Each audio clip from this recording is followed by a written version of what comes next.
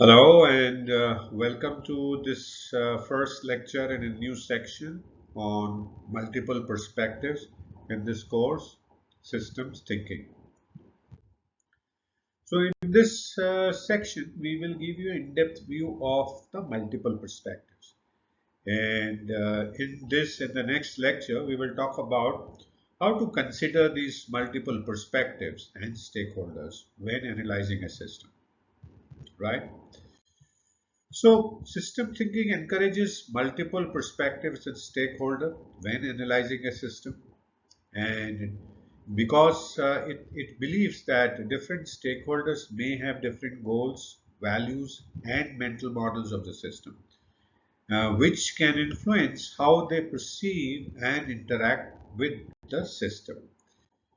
So, how to consider multiple perspective and stakeholders when analyzing a system?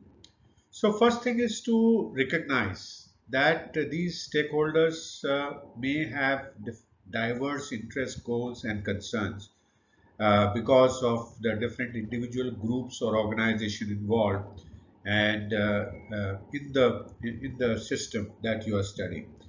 Now, how can you consider these multiple perspectives and stakeholders? Let's take a look at that.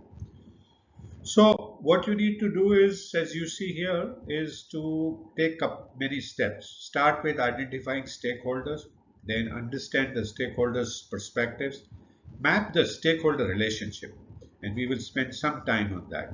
Then consider the stakeholders' goals and objective. Now you know who are the stakeholders, what are the relationship, what do they want to achieve. Involve these stakeholders in the analysis of the system, address trade-offs and compromises that may come up, and while doing all that, facilitate dialogue and collaboration, and finally communicate findings and decisions. So these are the steps that you can take. Let's take a look at each of these in a little more detail. So what you need to do is in identifying stakeholder is to begin by looking at the stakeholders that have interest or are impacted by the system. Now there you need to consider both direct and indirect stakeholders as well as those with varying degree of influence or involvement. So it's a not fully involved stakeholder, but partially involved stakeholders also need to be considered. Now, who could be these stakeholders? Now, these stakeholders may include government agencies, businesses, community organizations, advocacy groups, experts, and people who are affected. That's how you can identify the stakeholders. Then you try and understand their perspectives and how can you understand their perspectives. So what you need to do is take time to understand their perspectives, needs, and priorities of each stakeholders group. And that you can do by engaging with these stakeholders through interviews, surveys, focus groups, and stakeholder workshops.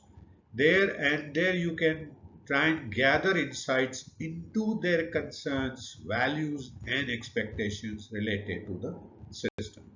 So that's how you can understand stakeholders' perspectives. Now, in doing that, what you need to do is to listen actively and empathetically, you know, with empathy, putting yourself in their shoes.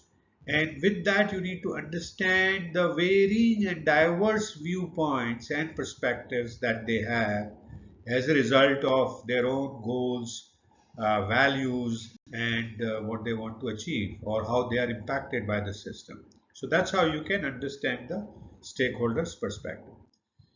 So, having looked at how to identify stakeholders and understand their perspectives, what do we do next? We will look at the remaining steps, starting with how to map the stakeholders' relationship in the next lecture. So, thank you so much for watching this first lecture on multiple perspectives. I hope you're beginning to learn again in this new section, new things, beginning to enjoy. And I do look forward to see you again in the next lecture.